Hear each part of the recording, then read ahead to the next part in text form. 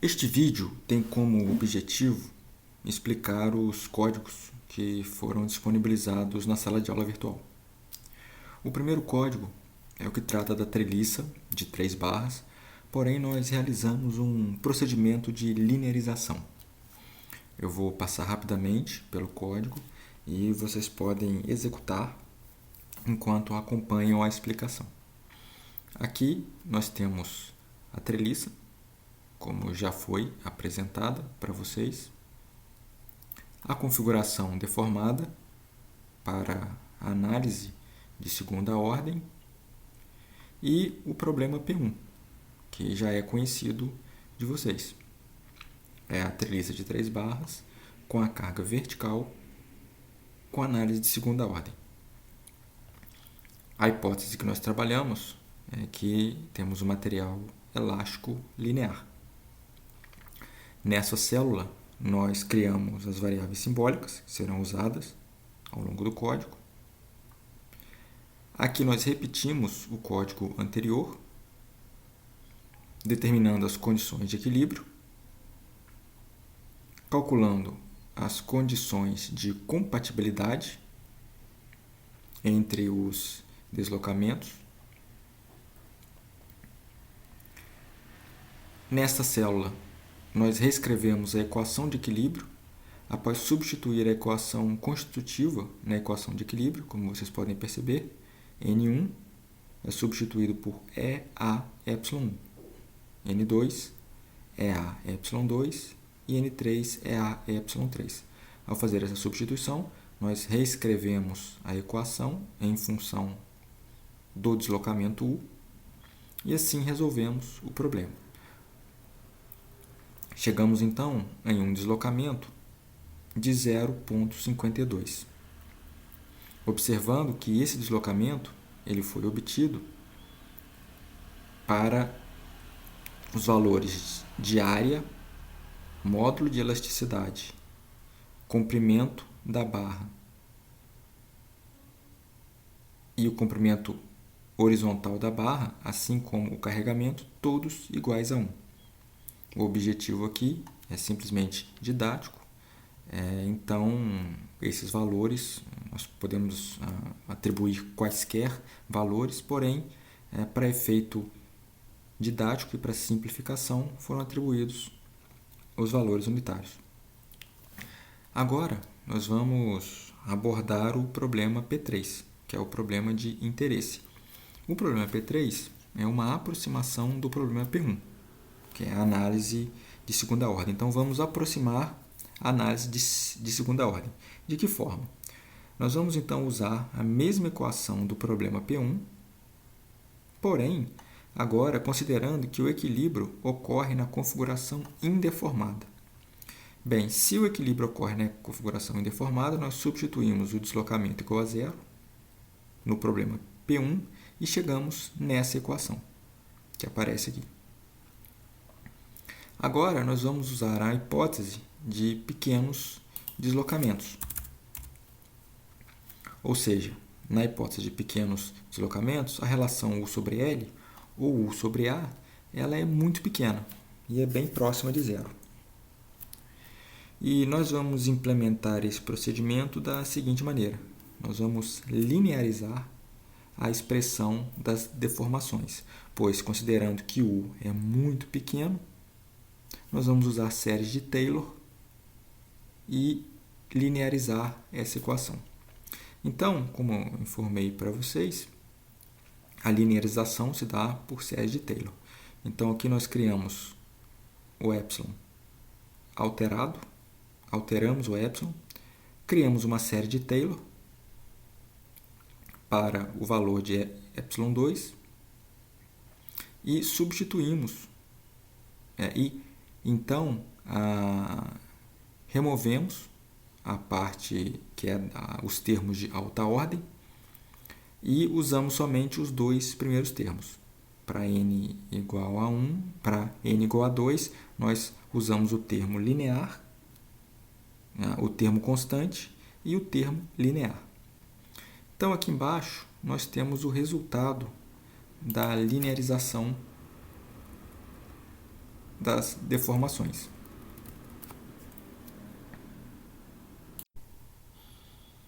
Nós podemos observar que a expressão fica razoavelmente complexa para a gente tratar, e essa expressão, embora ela seja correta, ela é pouco clara.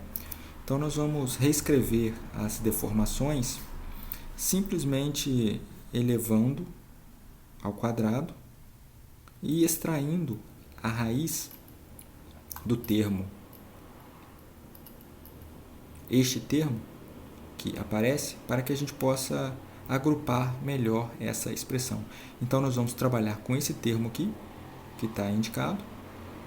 Vamos simplesmente elevá-lo ao quadrado e retirar a raiz novamente. Então é este o procedimento que é mostrado aqui. Nós expandimos a expressão, elevamos ao quadrado, fazemos uma simplificação para que crie uma expressão racional e chegamos nessa expressão para as deformações, tanto ε2 quanto ε3. Neste caso aqui agora, aplicando o mesmo procedimento da série de Taylor, nós chegamos neste resultado. Observem que a linearização de ε2 e ε3 ficou bastante simplificada, apenas modificando, reescrevendo as deformações.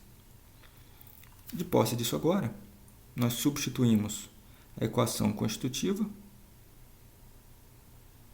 na equação de equilíbrio, substituímos N1 por EA-ε1 e assim sucessivamente, observando que N2 é substituído por EA-ε2 alterado e N3 é substituído por E vezes A ε3 alterado. Note que nós não substituímos o valor de ε1 alterado porque ε1 não sofreu nenhuma modificação, pois ele já é uma expressão linear. Temos então a equação de equilíbrio em função de U. Resolvemos essa equação numericamente e chegamos em um deslocamento de 0,5858 unidades. Para efeito de comparação, está disponível para vocês também um modelo no F2 da mesma treliça, com as mesmas dimensões e as mesmas propriedades de material. E no F2 foi pedido para calcular o deslocamento vertical do ponto 1, que é exatamente a incógnita U que aparece no problema. O deslocamento que foi observado aqui foi de 0,05880. Comparando então com o que nós obtivemos, aqui no F2 0,5880 e no nosso problema 0,5857. Podemos perceber que é bem próximo. E notem que o procedimento que o F2 usa é bastante similar ao que nós apresentamos aqui. Esse arquivo do F2 vai estar disponível na sala de aula virtual e vocês podem conferir os resultados. Aqui embaixo é feita uma comparação entre o problema P1 e o problema P3.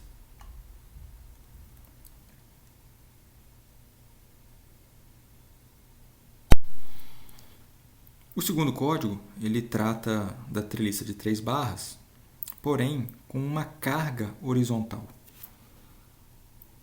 Então nós temos aqui a mesma treliça, porém a carga que antes estava na vertical, ela agora aparece na horizontal. E vamos entender o que isso altera no problema. Então nós vamos considerar o mesmo problema com a carga P atuando na horizontal. Aqui nós estabelecemos as variáveis de interesse. Vamos primeiro aqui trabalhar com as condições de compatibilidade. A primeira observação que nós fazemos aqui é que agora as deformações elas dependem de dois deslocamentos, porque como a carga está na horizontal, o ponto de interesse, que é o ponto onde convergem as três barras, ele vai apresentar um deslocamento na horizontal e um deslocamento vertical.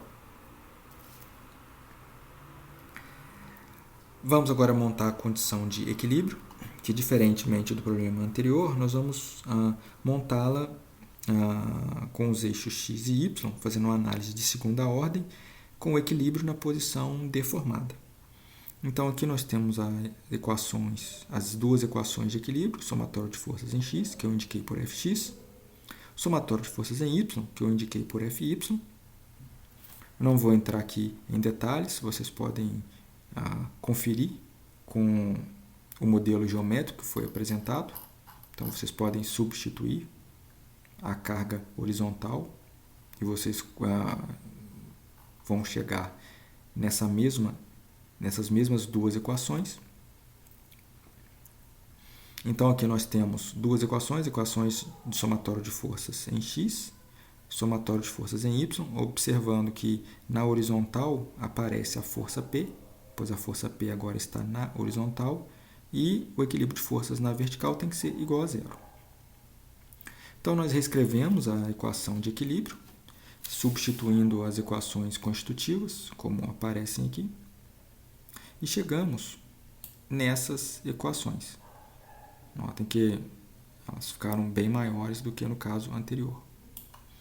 Substituímos os valores, todos unitários, tanto para os parâmetros do material, quanto os parâmetros de seção transversal e da geometria da estrutura.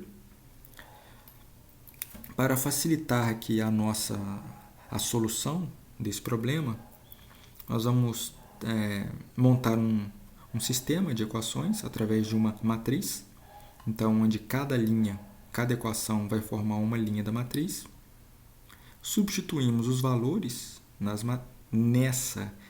matriz. Observem que cada linha da matriz representa uma equação e em seguida nós resolvemos este sistema para as incógnitas U1 e U2. Aqui então nós temos o sistema, as duas equações, somatório de forças em x, somatório de forças em y. Para que nós tenhamos o equilíbrio, essas duas equações têm que ser iguais a zero.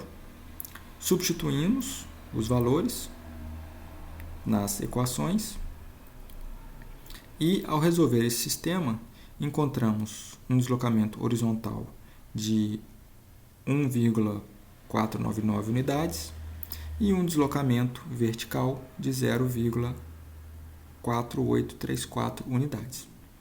Aqui foi usado um método não linear, que exige um ponto de partida, e então eu arbitrei aqui o deslocamento 1 e o 2, todos eles iguais a 0,01. Essa é a explicação dos dois códigos, tanto da treliça de 3 barras com o processo de linearização, quanto a mesma treliça de 3 barras com uma carga horizontal. Caso tenham dúvidas, peço que vocês entrem em contato. Bons estudos!